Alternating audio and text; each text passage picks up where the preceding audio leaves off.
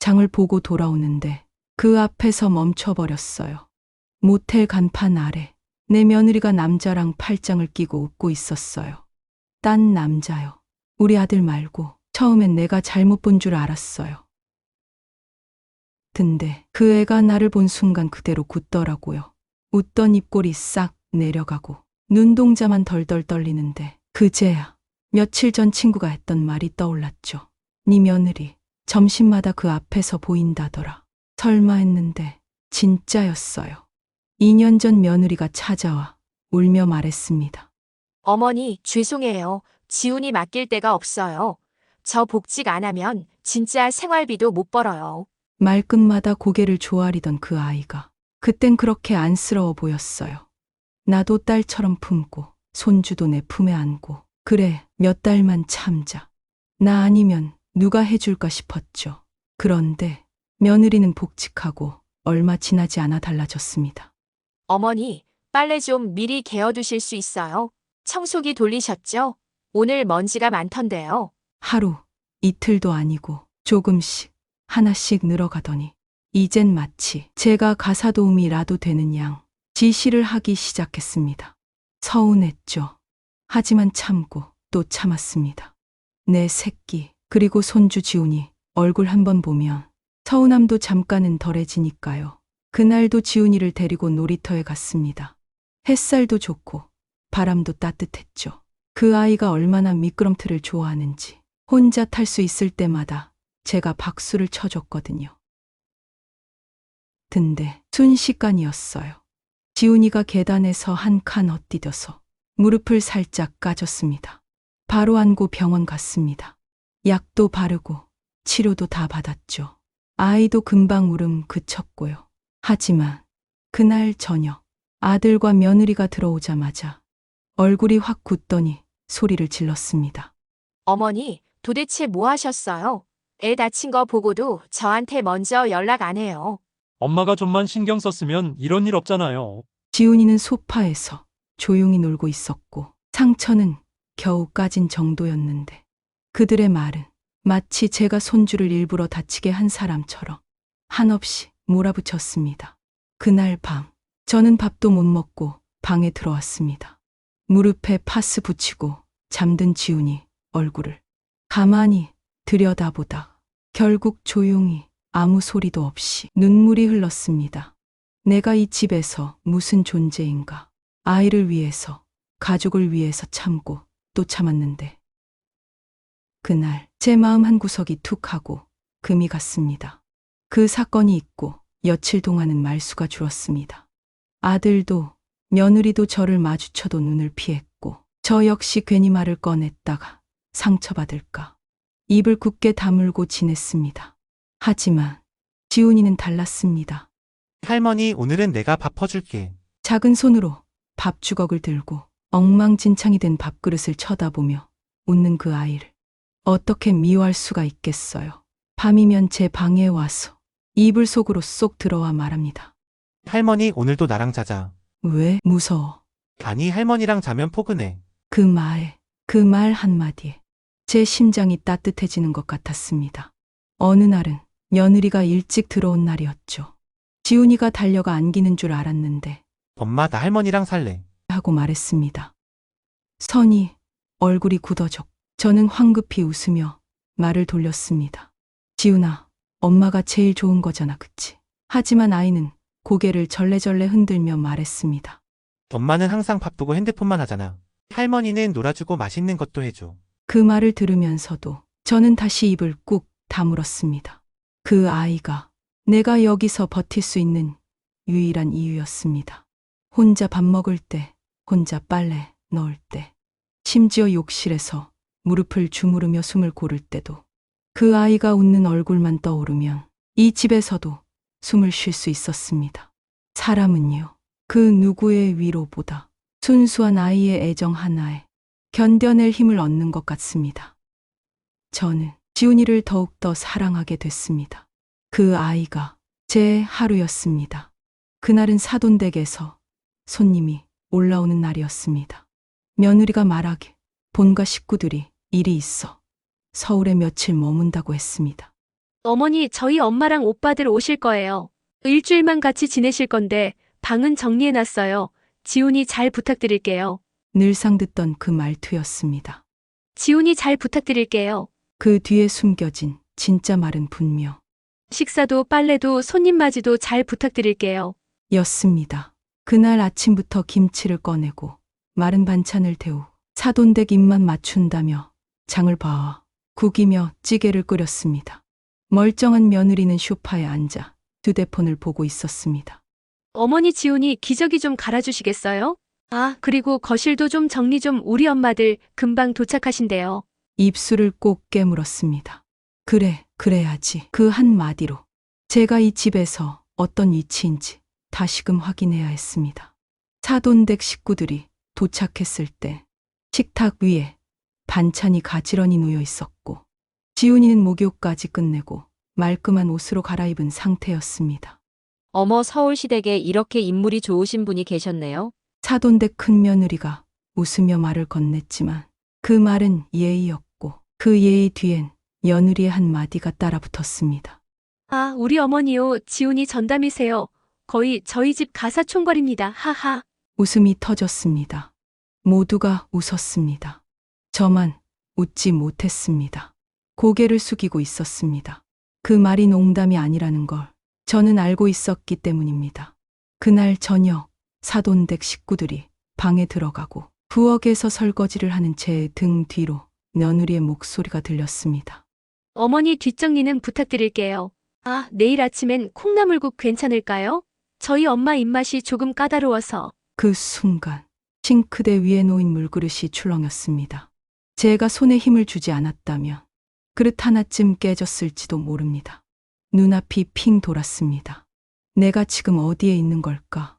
여긴 내 아들 집이고 나는 이 집의 시어머니고 지훈이의 할머니고 그런데 왜 나는 그냥 일하는 사람이 되어 있는 걸까?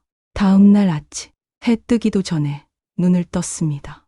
조용히 부엌으로 나와 콩나물을 씻으며 서러운 마음을 달랬습니다. 손등을 타고 흐르는 찬물이 어쩐지 눈물 같았습니다. 마당 청소를 하고 빨래를 널고 아이를 씻기고 사돈댁 며느리들 입가에 올라온 립스틱을 보며 저는 거울조차 보지 않은 제 얼굴을 떠올렸습니다.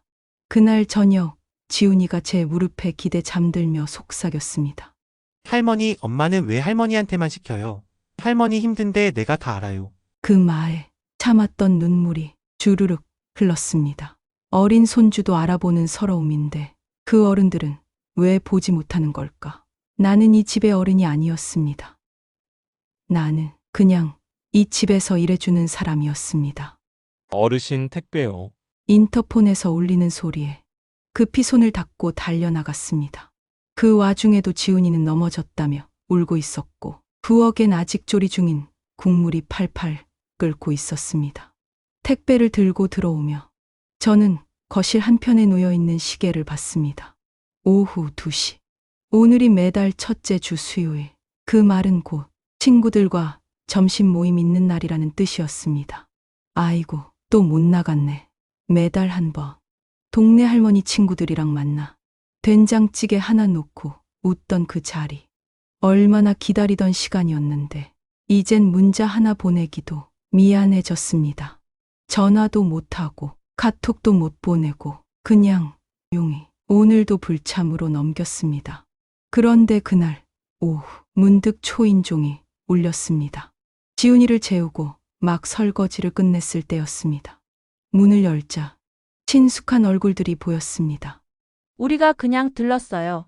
못 본 지 1년은 된 것 같아서. 내 친구들. 이젠 유일하게 나를 정혜순이라고 불러주는 사람들. 어우, 근데 집안이 세상에 너무 깔끔하다 못해. 숨 막히네. 아니, 너 여기 이 넓은 집 살림을 다 하는 거야? 너 진짜 여긴 일하는 사람 하나 둬야 되는 거 아냐? 한 친구가 살짝 속삭였습니다.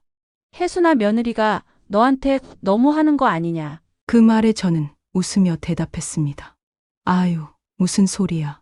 나도 할 일 하면서 사는 거지 뭐. 손주가 얼마나 예쁜데. 하지만 그 웃음 뒤에 가려진 내 얼굴을 친구들은 모를 리 없었습니다. 아니, 넌 어쩜 예전 그대로냐? 맨날 참아, 맨날 이해해, 맨날 내가 적은데 지금 네 나이가 몇 살이야? 언제까지 그럴 건데?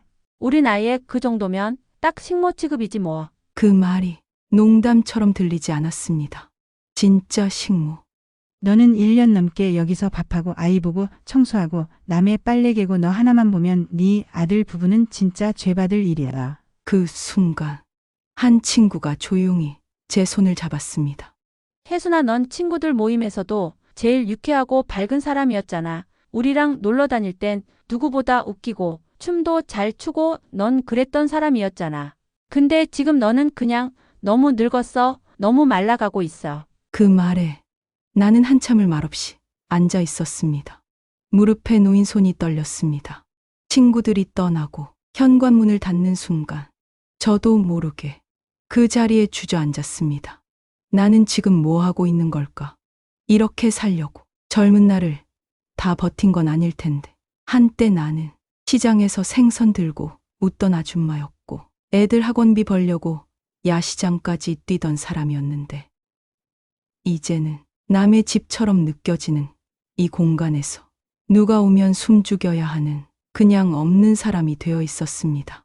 그날 밤 지훈이가 제 무릎에 얼굴을 묻고 잠들었을 때 저는 아이를 보며 속삭였습니다. 지훈아, 할머니도 누구 딸이었단다. 누구 아내였고 누구 엄마였단다. 그러곤 조용히 불 꺼진 거실에서 손등으로 눈물을 닦았습니다. 며칠 전 점심밥을 지어 먹이고 나서 지훈이를 재우고 있는데 초인종이 울렸습니다. 친구야, 나야, 영숙이. 현관을 열자 친구 영숙이가 두 손에 음료랑 간식을 들고 밝은 얼굴로 서 있었습니다. 아이고, 내가 웬일이냐 평일 낮에? 그냥 좀 보고 싶어서 왔지. 내가 요 앞 가게에 있었거든. 중간에 잠깐 시간 나서 들렀어. 영숙이는 동네에서 오래 음식 장사를 한 친구였습니다.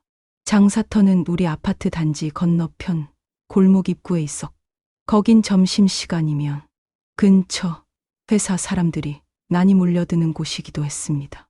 주방에서 간단히 차를 내어 거실 테이블에 마주 앉았습니다.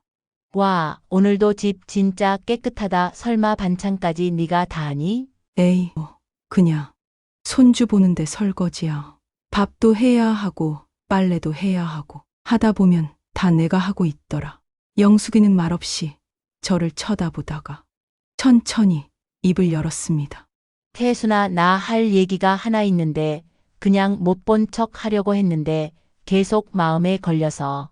왜, 뭔데? 너희 며느리 말인데 요즘 점심때마다 그 우리 가게 앞에 자주 와. 우리 선이? 거기 왜 가? 처음엔 그냥 우연인 줄 알았어. 근데 며칠 연속이더라고. 매일 낮 12시 반쯤 점심시간에 딱 맞춰 와서 남자 한 명이랑 같이 밥을 먹고 가. 그 말에 내 손이 탁 멈췄습니다. 남자, 누구? 회사 사람 아니야? 회사 사람일 수도 있지. 근데 이상한 게 있어. 영숙이는 말끝을 흐리며 조심스레 말을 이었습니다.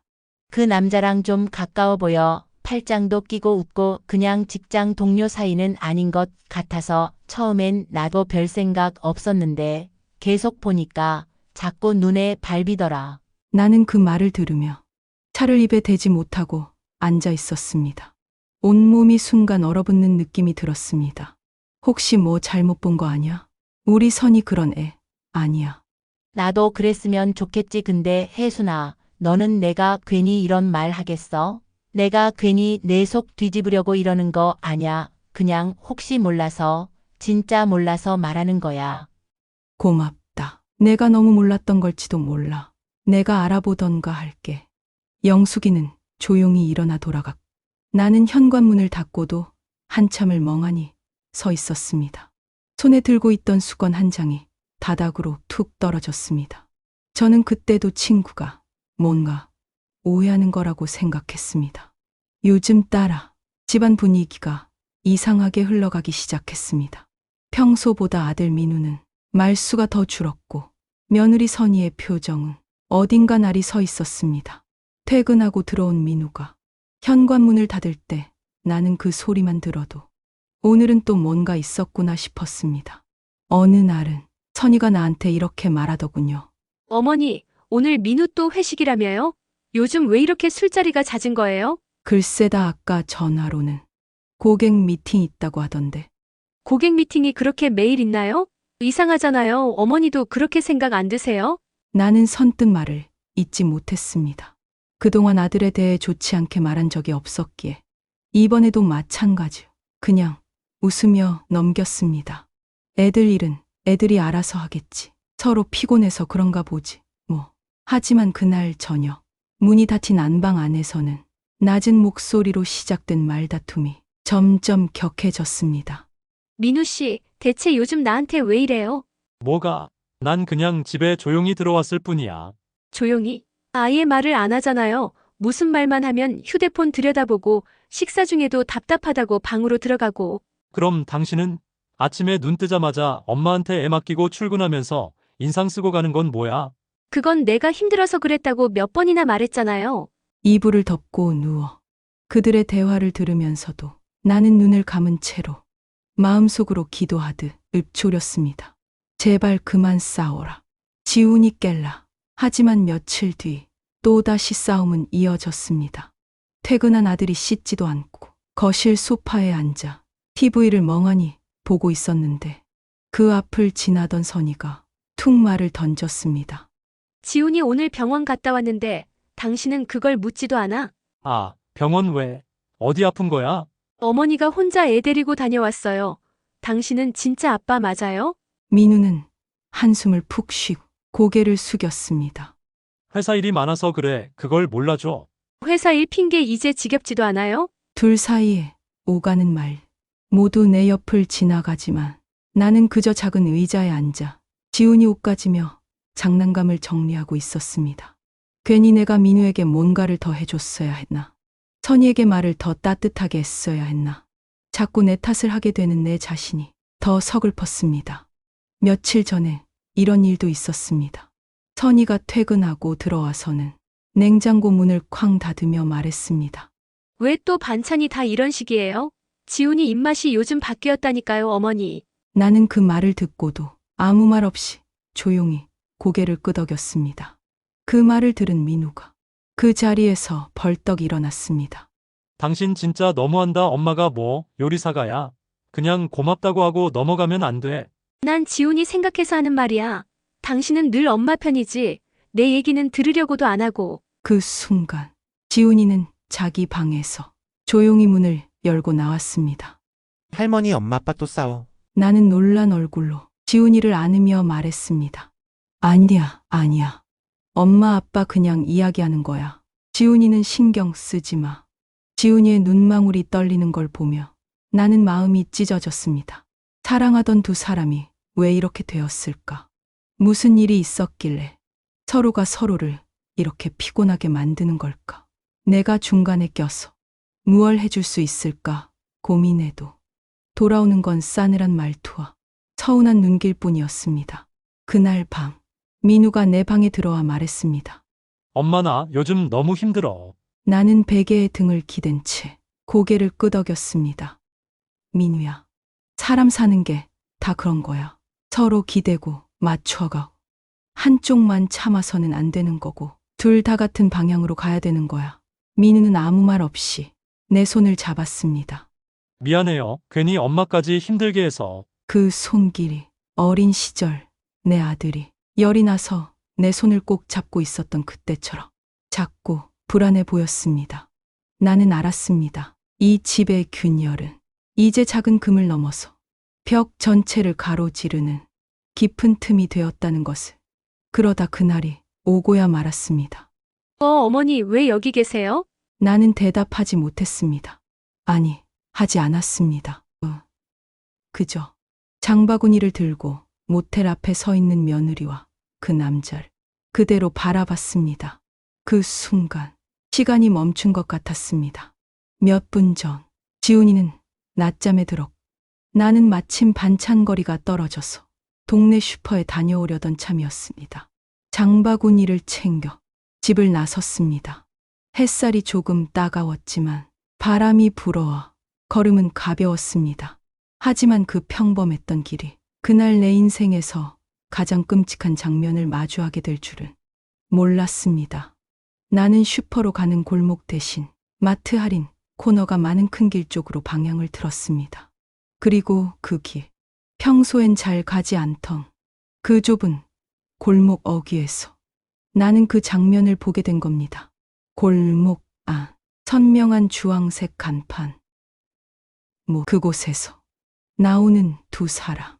한 명은 내 며느리 선희, 그리고 그 옆 정장을 입은 낯선 남자. 두 사람은 나란히 걸어 나오다 멈췄고 선희는 날 보자마자 얼굴이 새하얘졌습니다. 입을 벌렸다가 닫지도 못한 채 그녀는 허둥지둥하며 내게 다가왔습니다. 어머니 그게 저 잠깐 미팅이 있어서 여기 근처라서. 나는 그 어떤 말도 하지 않았습니다. 그저 손에 들린 장바구니를 더 꼭 쥔 채 그녀를 똑바로 바라봤습니다. 그 옆에 남자 역시 말없이 고개를 숙였고 선희는 안절부절 뒷머리를 만지작거리며 말을 더듬었습니다. 지훈이 잘 자고 있죠? 저기 어머니 그게. 나는 고개를 돌렸습니다. 돌아서려는 순간 장바구니에서 사과 하나가 툭 떨어졌습니다. 사과는 아스팔트 위를 구르다 멈췄습니다. 나는 그 사과를 줍지 않았습니다. 그냥 걸었습니다. 눈앞이 흐려졌습니다. 그날 집에 돌아와 나는 아무 말 없이 아이만 바라봤습니다. 잠에서 막 깬 지훈이가 두 눈을 비비며 할머니 물. 하고 속삭였습니다. 나는 그 아이에게 작은 물컵을 건넨 뒤 아이의 이마를 조용히 쓰다듬었습니다. 내가 이 집에 왜 왔더라? 무슨 마음으로 여기에 있었더라? 나는 그날 밤 불도 켜지 않은 거실에서 소리 없이 이불 속으로 얼굴을 묻었습니다. 아침 햇살이 커튼 너머로 들어와 조용히 거실을 비췄습니다. 민우는 평소보다 일찍 출근했고 집 안에는 저와 선희 단둘뿐이었습니다. 저는 여느 때처 작은 주전자에 물을 올리고 찻잔 2개를 꺼냈습니다. 선희는 식탁에 앉아 있었고 저는 조용히 마주 앉았습니다. 오늘은 회사 안 가니? 제가 물었습니다. 병간했어요. 선희가 낮은 목소리로 대답했습니다. 그래, 몸은 좀 괜찮니? 네. 저는 따뜻한 차 한 모금을 마셨습니다. 속이 뜨겁게 데워졌지만 표정 하나 바꾸지 않았습니다. 잠시 침묵이 흘렀습니다. 그리고 저는 마침내 입을 열었습니다.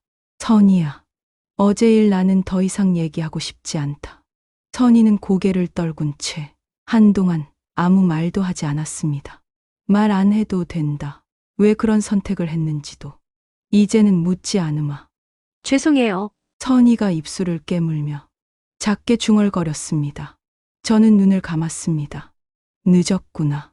그 말이 식탁 위 찻잔의 김이 서서히 사라지고 있었습니다. 민우한테는 내가 말 못하겠다. 선희가 고개를 들었습니다. 네가 말해라. 이제 너희 부부 일은 니들이 알아서 해야 한다. 선희의 눈가에 눈물이 맺혔습니다. 지훈이 어머니가 계속 봐주시면 안 될까요? 저는 고개를 저었습니다. 그 아이는 내 손자다. 그렇다고 내가 너희 삶까지 다 책임질 순 없다. 이제 나갈 거다. 오늘 바로. 어디로 가시게요? 내 집으로.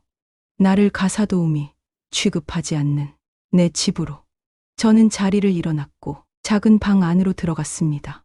캐리어를 꺼내 옷 몇 벌과 중요한 서류를 챙겼습니다. 문을 닫기 전 식탁 앞에 앉아있는 선희에게 조용히 말했습니다. 이 집은 네가 만든 집이다. 이제 네가 책임져라. 며느리는 울며 고개를 끄덕였습니다. 작은 방 안에서 짐을 다 싸고 저는 조심스럽게 문을 열었습니다. 마당 끝에 햇살이 내려앉아 있었고 거실엔 아직 잠이 덜 깬 듯한 지훈이의 작은 숨소리만 들려왔습니다. 잠시 서 있다가 저는 아이 방 문을 살짝 열었습니다. 지훈이는 고민형을 안고 잠들어 있었습니다. 그 조그마한 얼굴, 불규칙하게 움직이는 가슴, 한숨에 무너질 것 같은 마음을 붙잡아야 했습니다. 조용히 곁에 앉았습니다. 지훈아, 우리 지훈아. 아이는 꿈결처럼 눈을 떴습니다. 저를 보자마자 손을 뻗었습니다. 할머니 어디 가요? 저는 아이의 작은 손을 꼭 쥐었습니다. 할머니가 잠깐 다녀올 때가 있어. 같이 가요. 지훈이가 중얼이듯 말했습니다. 그 말을 듣는 순간 가슴이 덜컥 내려앉았습니다. 우리 지훈이는 여기서 잘 지내야지. 엄마 아빠랑 같이 있어야지. 할머니랑 있을래. 작은 손이 제 소매를 붙잡았습니다. 떨리는 목소리를 억누르며 저는 조용히 웃었습니다. 지훈아, 할머니는 내가 너무너무 좋아. 내 웃음소리 하나에 하루가 다 환해졌어. 나도 할머니 좋아해요. 작은 눈에 눈물이 고이기 시작했습니다. 저는 아이를 품에 안았습니다. 그 따뜻한 체온, 그 작고 고운 숨결 하나하나가 가슴 속에 박히듯 느껴졌습니다. 지훈아, 할머니는 너를 언제나 생각할 거야. 매일매일 내 얼굴을 떠올릴 거야. 다시는 못 봐요. 아니야. 언젠가는 또 만나지. 그때는 더 멋진 지훈이가 되어 있을 거지. 아이의 눈물이 제 옷깃을 적셨습니다. 저는 그 작은 머리를 쓰다듬으며 마지막 말을 건넸습니다. 지훈아, 사랑해. 세상 누구보다도 할머니는 널 가장 사랑해. 조용히 아이를 내려놓고 담요를 덮어주었습니다. 문을 나서며 다시 한번 뒤를 돌아봤습니다. 아이의 눈동자가 창백하게 떨리고 있었습니다. 그 순간 마음속에서 무언가가 조용히 부서졌습니다. 그 아이를 품에 안고 살아가던 모든 시간이 눈처럼 녹아내렸습니다. 저는 고개를 숙인 채 문을 닫았습니다. 울지 마라. 울지 마라.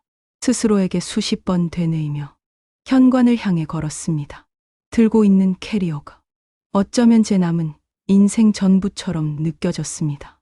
현관 앞에 캐리어를 끌고 나가려는 순간 뒤에서 급히 달려오는 소리가 들렸습니다. 어머니 제발이요. 울음 섞인 목소리로 그녀는 제 앞에 무릎을 꿇었습니다. 잘못했어요. 정말이에요. 한 번만 단 한 번만 용서해 주세요. 그녀의 눈물은 쉴 새 없이 흘러내렸고 두 손으로 제 다리를 붙잡고 매달렸습니다. 제가 너무 어리석었어요.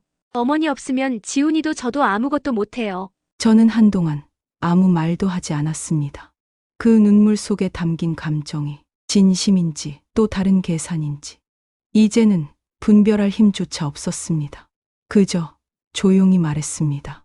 내가 지금 흘리는 눈물, 왜 이리 늦었을까? 다시는 그런 일 없을 거예요.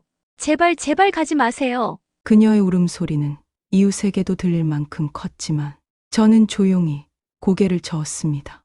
나는 너희 집 가사도우미가 아니야. 그리고 이제 지훈이를 핑계 삼아 내 마음을 흔들진 마.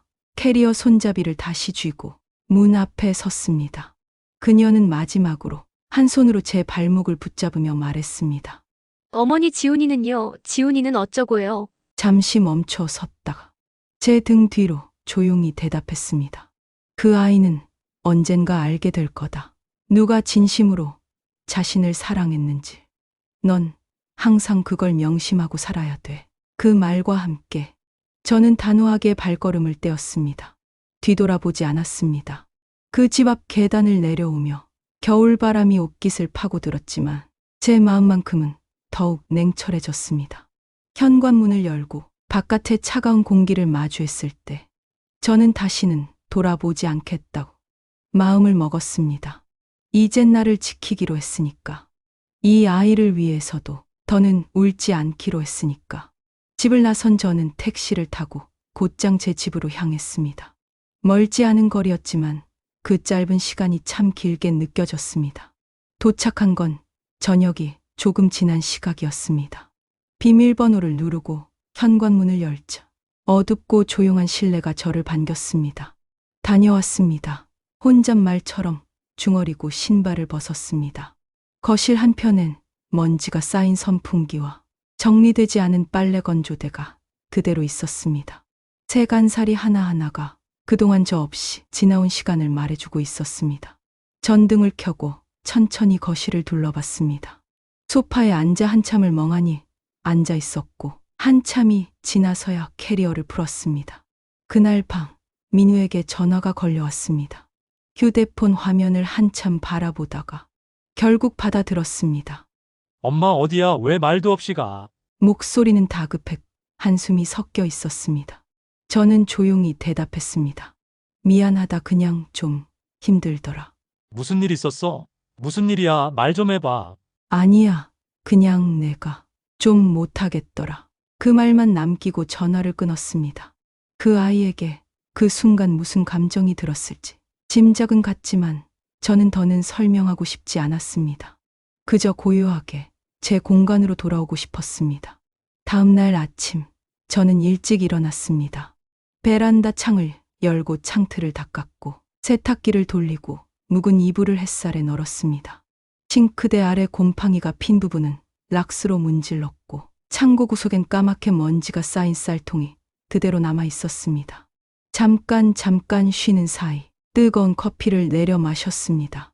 씁쓸한 첫 모금이 목을 타고 내려갈 때 저도 모르게 눈물이 맺혔습니다. 며칠 뒤 그동안 못 나갔던 모임에도 나갔습니다. 동네 친구들이 모이는 작은 찻집이었고 제가 나타나자 모두 놀라며 각수로 맞아주었습니다. 어머, 이게 누구야? 드디어 나왔네. 살 빠진 거 봐. 얼굴이 왜 이렇게 상했어? 어떻게 지낸 거야? 연락도 안 되고. 저는 그저 웃었습니다.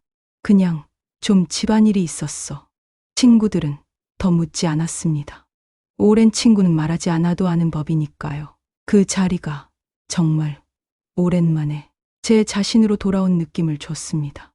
그날 밤 집으로 돌아오는 길에 저는 하늘을 올려다봤습니다.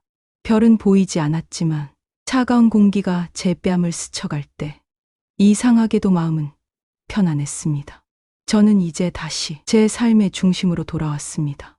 누구에게도 설명하지 않아도, 누구에게도 구차하지 않아도 제 호흡, 제 걸음, 제 일상이 조금씩 제자리로 돌아오고 있었습니다.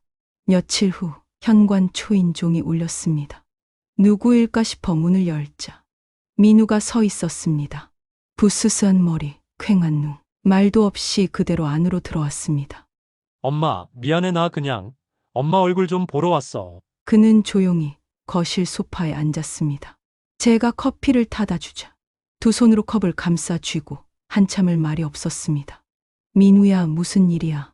한참을 뜸들이던 아들이 겨우 입을 열었습니다.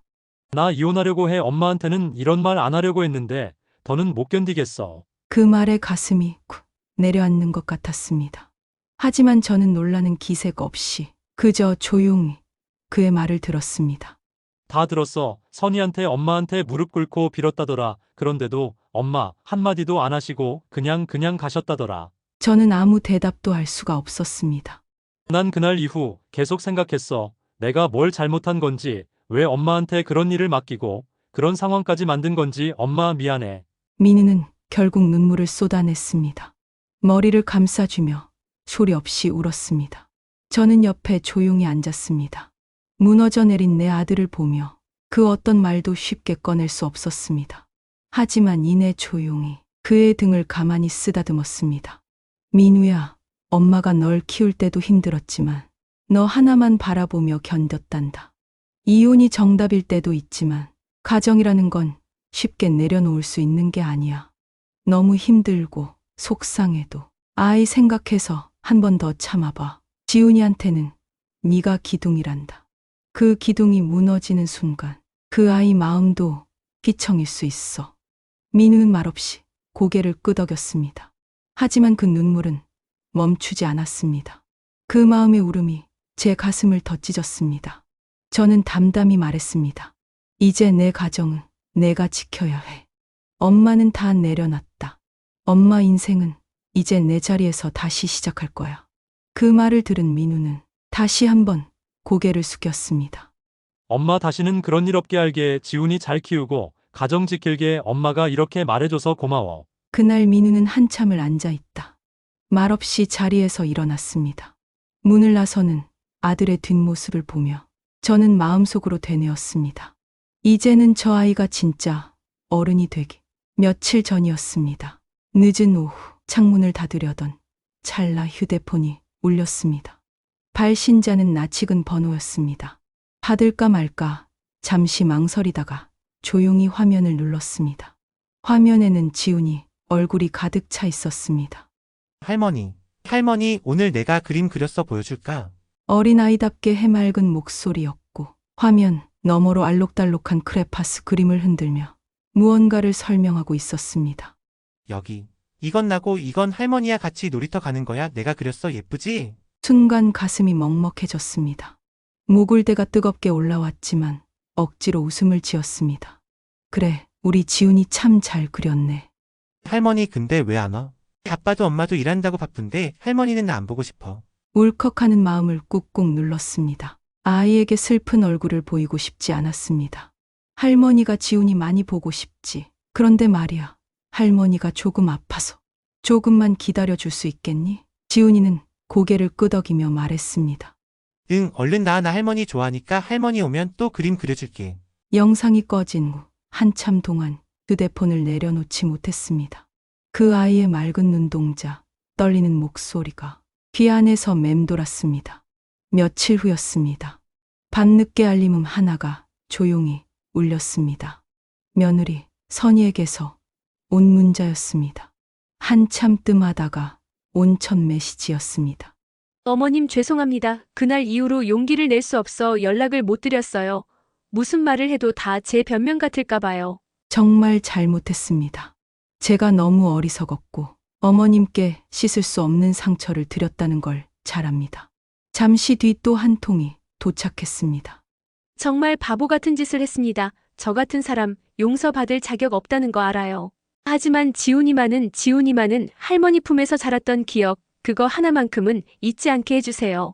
휴대폰을 쥔 손이 잠시 떨렸습니다. 창밖엔 봄비가 조용히 내리고 있었습니다. 저는 천천히 답장을 보냈습니다. 사람이 어리석을 수는 있어. 하지만 어리석음에 책임을 지지 않는다면 그건 죄로 남게 된단다. 나는 이제 다시는 그 집으로 돌아갈 생각이 없다. 지훈이는 내 마음속에 늘 함께 있어. 그걸로 충분하다. 더 이상 울지 않았습니다. 이젠 나를 위해 살아야 한다는 생각이 조금씩 굳어지고 있었습니다. 그날 이후로 많은 시간이 흘렀습니다. 긴 폭풍처럼 몰아치던 날들은 지나고 지금은 조용한 바람만이 하루하루를 쓰다듬고 있습니다. 아들은 가끔씩 전화를 걸어옵니다. 목소리 너머로 묻어나는 피로, 지친 숨결, 그리고 알 수 없는 외로움이 느껴집니다. 엄마 그냥 다 지겹다. 내가 뭘 잘못한 건지 모르겠어. 그럴 땐 저는 묵묵히 듣기만 합니다. 그 아이 역시 고단한 삶을 사는 중이라는 걸 알기 때문입니다. 나도 그런 시간을 지나왔습니다. 그래서 함부로 훈계하거나 위로하지 않습니다. 살다 보면 그런 날도 있다. 아무 말도 안 하고 싶은 날도 있고 그냥 다 놓고 싶은 날도 있는 거다. 그 말에 아들은 말없이 고개를 끄덕이는 듯 조용히 숨을 고릅니다. 그리고는 엄마, 지훈이 데리고 곧 갈게요. 그 한마디를 남기고 전화를 끊습니다. 지훈이는 이제 제법 커졌습니다. 처음 걸음마를 떼던 그 아이가 이제는 학교에 가고 자기 감정을 또박또박 말할 줄도 압니다. 아들이 지훈이를 데리고 올 때면 그날 하루는 마치 선물처럼 느껴집니다. 할머니, 나 요즘 학교에서 칭찬장 받았어. 이건 내가 그린 그림인데 할머니랑 같이 있는 거야. 그림 속엔 여전히 제가 등장합니다. 놀이터에 함께 있는 모습, 마당에 꽃을 심는 모습, 그리고 함께 식탁에 앉아 웃고 있는 모습. 그 아이의 기억 속 어딘가에 여전히 저는 따뜻하게 남아있다는 걸 느낄 때면 살아온 모든 날이 헛되지 않았다고 생각합니다. 며느리 선희는 회사를 그만두고 집에서 소소한 부업을 하며 아이를 돌보고 있다고 들었습니다. 저에겐 연락을 하지 않지만 지훈이의 입을 통해 그런 이야기들이 간간히 전해집니다. 할머니, 엄마가 요즘은 나한테도 밥도 해주고 그림 같이 그려줘. 근데 할머니가 더 좋아. 그 말에 웃으며 대답합니다. 그래도 엄마 말 잘 들어야지. 할머니보다 더 소중한 사람이야. 그리고 그 말 끝에 늘 마음 한켠이 조용히 저려옵니다. 아직도 제 손은 아침이면 자동으로 된장국을 끓입니다. 누가 먹든 말든 상관없이 하루를 따뜻하게 시작하는 법은 여전히 제게 익숙합니다. 텃밭에는 벌써 봄 상추가 올라오고 깨십과 고추도 쑥쑥 자라고 있습니다. 그 속에서 저는 나름의 평화를 느끼고 살아갑니다. 예전처럼 북적이는 모임은 없지만 오래 알고 지내온 친구들과의 소박한 점심, 가끔씩 오는 전화 한 통, 그런 것이 이제는 충분한 위로가 되어줍니다. 사람들은 말합니다. 이 나이에 혼자 지내면 외롭지 않아? 하지만 저는 웃으며 대답합니다. 외롭지 않아. 오히려 이제야 내가 나를 제대로 챙기며 사는 기분이야. 창밖엔 하얀 꽃이 피 바람에 흔들리고 있습니다. 그 잎 하나하나가 마치 지난 내 삶의 파편들 같기도 합니다. 하지만 이젠 그 파편조차 조용히 사랑해주고 싶다는 생각이 듭니다. 어느 날 지훈이가 말했습니다. 할머니, 나 크면 할머니랑 같이 살 거야. 그 말에 저는 웃으며 말했습니다. 그래, 우리 지훈이 할머니 옆에서 오래오래 살아줘. 물론 그 아이는 자라고 어른이 되면 제 곁을 떠날지도 모릅니다. 하지만 지금 이 순간 그 아이의 작은 손을 잡고 있다는 것만으로도 저는 하루를 버텨낼 이유가 충분합니다. 그 모든 시간이 지나고 나서야 저는 알게 되었습니다. 내가 지켜야 할 것은 무언가를 쥐고 사는 것이 아니라 때로는 놓아줄 줄 아는 것임을, 그리고 나 자신에게 돌아오는 것, 그게 진짜 살아가는 길이라는 걸. 이제 정말로 그녀는 자신을 위한 삶을 살고 있습니다. 손주의 웃음과 조용한 일상, 그리고 평화로운 봄날의 햇살 속에서요. 그렇게 저는 누구의 며느리도 누구의 어머니도 아니 그저 나로서의 삶을 살아가고 있습니다. 늦은 나이에 찾아온 평화지만 지금은 그것만으로도 참 고맙습니다. 이제 저는 다시 상처받지 않기로, 다시는 나를 잃지 않기로 다짐하며 하루를 시작합니다. 그리고 그 아이가 웃을 때마다 내가 살아온 삶이 틀리지 않았다는 걸 조용히 스스로에게 말해줍니다. 저의 이야기를 들어주셔서 감사합니다. 무료인 구독과 좋아요 부탁드리고 저에게 응원 댓글도 많이 달아주세요. 감사합니다.